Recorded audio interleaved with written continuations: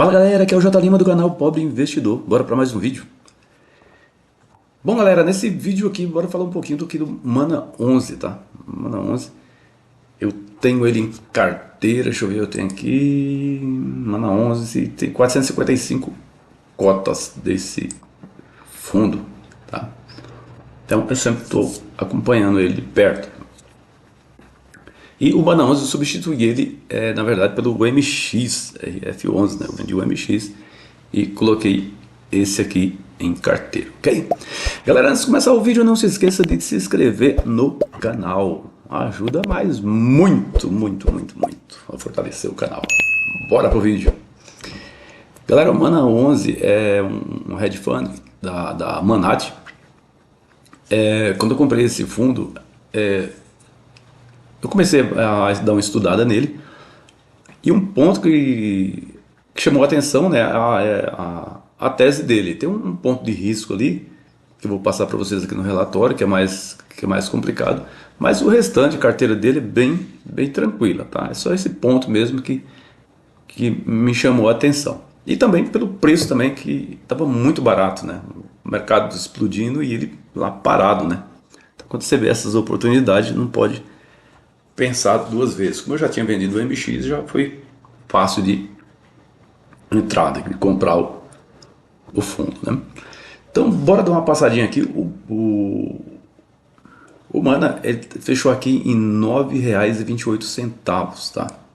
Então, dividendo aqui de quase 14% nos últimos 12 meses e já chegando no VP, tá? Já chegando no VP, já que muitos fundos já estão chegando, né? Estão chegando no VP, tem uns que estão atrasadinhos aí ainda, mas muitos já passaram também do VP. Então, e que o pessoal fala, não, só compra até o VP. Galera, quando o mercado tá eufórico, o pessoal compra tudo, cara. Eles compram no VP, abaixo. O que tiver pela frente, eles compram. O VP pode estar em 12 aí, né? Os caras estão comprando aí, não tem... É impressionante esse negócio. Mas para mim não tem nenhum problema. Cada um tem a sua estratégia, né? Não vamos criticar a estratégia dos outros, né? Siga a sua, né? Tem uma liquidez média diária aqui de quase 1 milhão por dia, tá? Acho que ele já chegou, acho que a média do ano dele já deve ser mais ou menos, porque antes ele batia 1 milhão e pouco, né? Muitas vezes bateu 1 milhão e pouco em negociação por dia. Uma variação de 40%, subiu muito esse fundo, né? Então, um foguete, né? Então, bora descer mais um pouquinho. Esse aqui é um hedge fund. Eu gosto do hedge fund porque ele geralmente são fundos bem interessantes, né, galera? Eles são mais eficientes, tá? Tinha uns FOFs também, eu não gosto de FOF. Então, o hedge fund eu acho esses fundos são fundos bem interessantes. Eles se movimentam mais, né? Se adaptam mais à realidade, né? do momento, né? Então eu acho bem interessante. O número de cotistas dele subiu muito, tá? Subiu bastante, tá? Mais de 33 mil cotistas, tá? É um fundo pequeno, tá? Não é um fundo grande, não. É um fundo aqui de 353 milhões. Então é um fundo bem pequeno, mas logo, se continuar subindo assim, eles devem fazer emissões aí, né? Com certeza. O dividendo vem pagando 11 centavos, já faz bastante tempo que vem pagando esses 11 centavos. E provavelmente deve seguir. Vou até dar uma olhada aqui no relatório para a gente ver o que vai acontecer. Aqui também o número de cotistas, né, também subiu, que é o que eu vinha mostrando aqui, foi 2023, que esse fundo é novo, tá? É um fundo recente, tá? Começando ainda. Então subiu muito, né? 2024 para 2025 ele tinha 16, ele dobrou, tá? Então, um monte de cotista. CDI, tchau CDI, né? Tá operando já acima do CDI. Então foi uma recuperação fantástica desse fundo, né? Então, descendo mais um pouco aqui, já tem um yield aqui pelo valor da cota, né? E esse dividendo que ele vem pagando está 1,18% ao mês. Então, um bom dividendo ainda. Lembrando, quando a cota vai subindo muito, isso aqui vai caindo, tá? Já chega uma hora que não fica muito interessante. Se a taxa Selic caindo, galera, então fica bacana, tá? Fica bem interessante. Lógico que geralmente os dividendos vão cair um pouco, Mas mesmo assim, né, a possibilidade de valorização é maior ainda, tá? Então, quase 14% nos últimos 12 meses e vem pagando esse dividendo aqui já bem faz tempo. Em janeiro janeiro e fevereiro ele pagava 10 centavos. Em março ele começou a pagar ali os 11 e vem seguindo, ok? Dá uma passadinha aqui no relatório. Lembra desse relatório aqui é deixa eu ver aqui. Relatório de dezembro, tá? Já é bem atualizado esse relatório. Lembrando, esse fundo aqui ele solta os relatórios sempre no tempo certinho, tá? Então, sempre ele tá, nós já estamos no final de janeiro, ele sempre solta. Alguns fundos demoram dos 2 meses para soltar um relatório, uma encrenca danada. Mas esse fundo ele sempre vai soltando esse relatório certinho, ok? Então, vamos seguir. Vamos dar uma passada aqui rápido. Tem alguns pontos que não vamos falar da galera, porque senão o vídeo fica muito longo. Um dos pontos principais aqui tem até o patrimônio líquido, nós já mostramos ali, né? 353 dá um fundo grande, o valor de mercado tal, o dividendo que vem pagando em dezembro. Vamos só atualizando aqui, né? Porque às vezes o investidor 10 não atualiza rápido, tá? Demora um pouco, né? Cota de mercado também. E o dividend yield aqui já estava em 15%. Eu acho que é porque devido o valor ainda estava um pouco mais baixo da cota no mercado, tá? Volume negociado também aqui por 18 milhões e o giro mensal 5,4 das cotas emitidas. Na verdade, cotista 34 mil. Você vê que o investidor 10 estava 33, mas aqui já está 34, tá? Então já está andando, voando baixo. Aqui ele colocou o dividendo acumulado do ano de R$1,30, baita dividendo, né? O Manones encerrou o ano com o maior pagador de dividendo, né? Por cota. Foi em 2025. Então foi um destaque, né? Ele vem pagando bem mesmo. E é um fundo bem eficiente, tá? Rentabilidade aqui de 0,37%, 2025 também, e mais uma retrospectiva que ele vai passando aqui. A base de cotista, né? Nós já falamos lá também.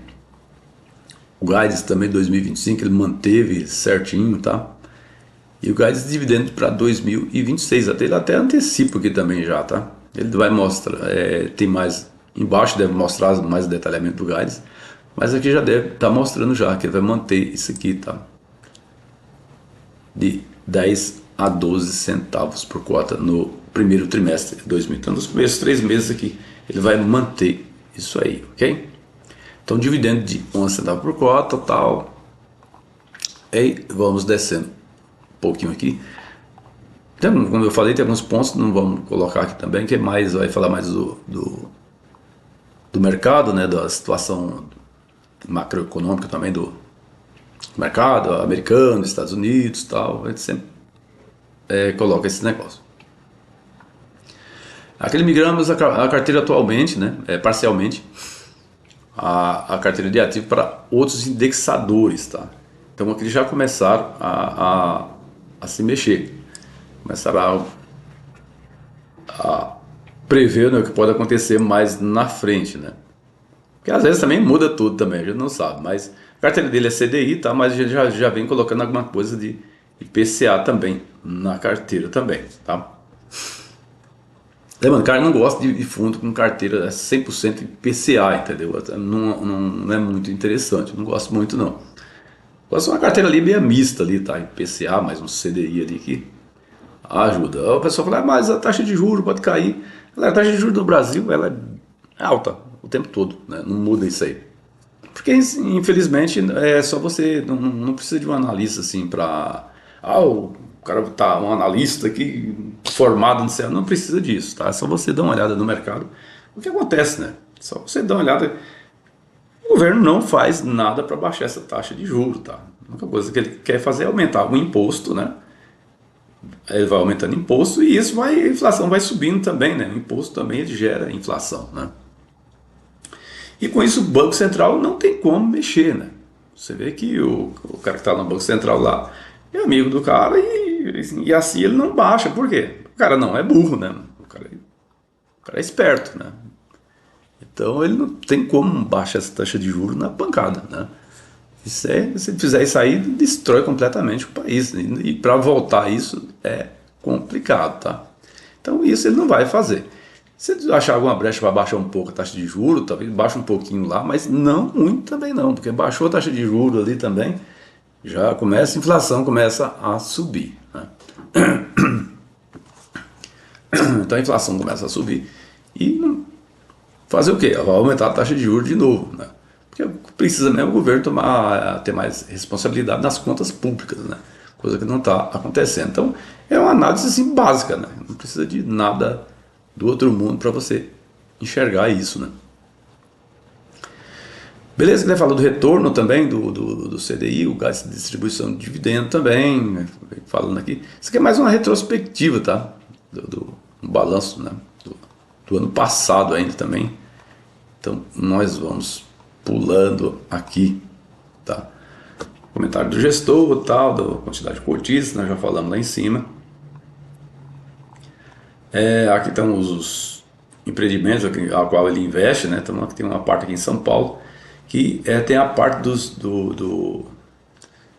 investimentos dele, que é um ponto assim que me chamou a atenção, é a incorporação, né? Então esse negócio aí que eu fiquei na dúvida, né, para comprar o fundo, mas acho que isso aí deve ter gente com capacidade para lidar com isso, né? Porque incorporação é complicado, né? Você precisa de muita capacidade para trabalhar com isso. É a mesma coisa do Tegar, né? O Tegar também tem essa, trabalha com incorporações também. Então tem que ficar ligado nesse negócio. Porque tem que ter um bom conhecimento mesmo para lidar com isso, né, galera? E por fim, ele coloca aqui voltando ao que nós tínhamos falado lá em cima do gás, né? Ele vai no primeiro trimestre, né, de 2026, ele vai continuar pagando, tá? Então a carteira continua dele adimplente, tá? Não teve nenhum problema. O gás dele aqui ele vai colocar, independente da taxa Selic, tá? Da movimentação, ele deixa bem claro aqui que vai manter esse dividendo. Ele tem uma reserva também, não sei onde é que eu marquei, mas ele tem uma reserva também boa também, tá? Isso aí vai ajudando bastante a manter os dividendos também, ok? Aqui vai falar também do resultado, né? Por cota dele aqui, que é do resultado de dezembro, então seja aqui um pouco mais de 4 milhões, tá? E rendimento caixa e gerou 10 centavos, tá? Gerou 10 centavos, só que tem mês que gera 11 centavos, outro mês gera 13 centavos, e assim, outros meses 10 centavos, e assim por diante. E ele vai equilibrando, tá? Então ele vem mantendo sempre esse valor. Lembrando, ele tem uma reserva também, tá? Uma reserva boa até. Então esse ele vai manter, eu acho que ele vai manter por um bom tempo ainda esse dividendo. Eu não sei que a taxa de juros desabe aí com muita força, mas acho que eu não creio que isso vá acontecer, ok? Que ele vai falar mais um pouco dos dividendos, vai dar ênfase aqui, né? Porque tem que fazer a propaganda, né? Não tem jeito, fazer a propaganda do fundo. O rendimento que ele está pagando aqui é equivalente a 114,6% do CDI, ou equivalente ao IPCA mais 10. Tá. Aqui chegamos aqui no Guides, né, que lá que eu falei para vocês lá. Então ele vai pagar, ele vai continuar pagando os 11 centavos até março, tá? Colocou no Guides aqui até março, vai ficar entre 10 e 12 centavos, tá? Então esses 3 meses, independente da movimentação da taxa de juros, tá? Então ele vai manter esse pagamento, tá? Vamos descer mais um pouco aqui, mas só uma tabela de sensibilidade aqui mesmo dos dividendos, do valor da cota e o dividendo anualizado e tal. Comparações com o IFIX também, né? O IFIX está longe do IFIX também, está muito acima do IFIX, ok? Falar sobre o mercado secundário, quantidade de cotistas que vem subindo muito, né? Vem subindo bastante mesmo. A quantidade de cotistas, né? Essa que é aquela parte, né, que eu estava falando para vocês